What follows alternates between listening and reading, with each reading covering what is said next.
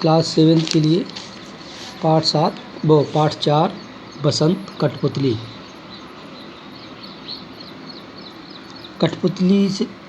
कठपुतली गुस्से से उबली, बोली ये धागे क्यों हैं मेरे पीछे आगे, इन्हें तोड़ दो मुझे पैरों पर छोड़ दो।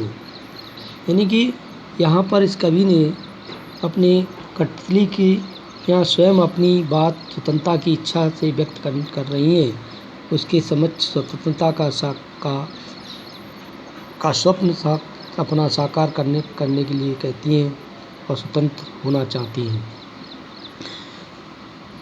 कठपुतली अपने आप को धागों में बंधी हुई देखकर गुस्से से जोश में भरकर बोली, हमें आगे पीछे धागे में क्यों बांधा हुआ है? इन धागों को तोड़कर हम स्वतंत्र होना चाहती हैं, अपने पैरों पर स्वयं खड़ा होना चाहती हैं। अर्थात धागे में बंधी हुई हम कठपुतलियाँ पराधीन हैं। हमें दूसरों के इशारों पर नाचने से दुख होता है। वह इस दुख से बाहर निकलने के लिए विद्रोह कर रही हैं। कवि ने कठपुतली की स्वतंत्रता की इच्छा को व्यक्त किया है, पराधीन के दुख का निरूपण करना चाहती हैं।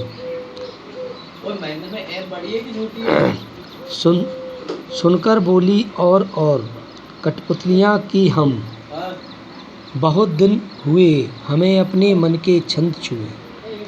कवि कहना चाह रहा है कि पहली कठपुतली की बात सुनकर अन्य कठपुतलियाँ भी बोली, हाँ बहुत दिन हो गए।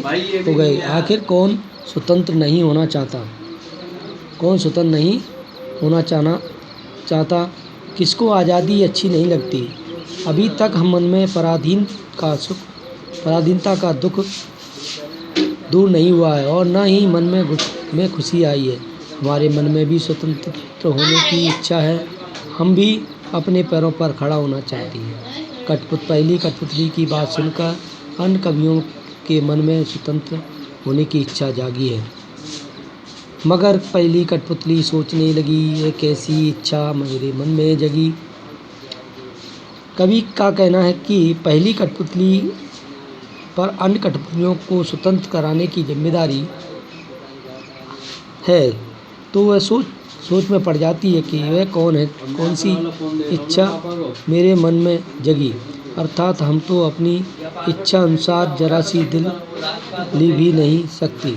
ऐसा सोचना भी हमारे लिए व्यर्थ है। इसलिए पहली कठपुतली सोच समझकर कदम उठाना जरूरी समझती है। कवि ने कठपुतली की आज़ादी की इच्छा को व्यक्त किया है। पहली कठपुतली गुस्से में जोश में आकर सोचकर कदम उठा रही है।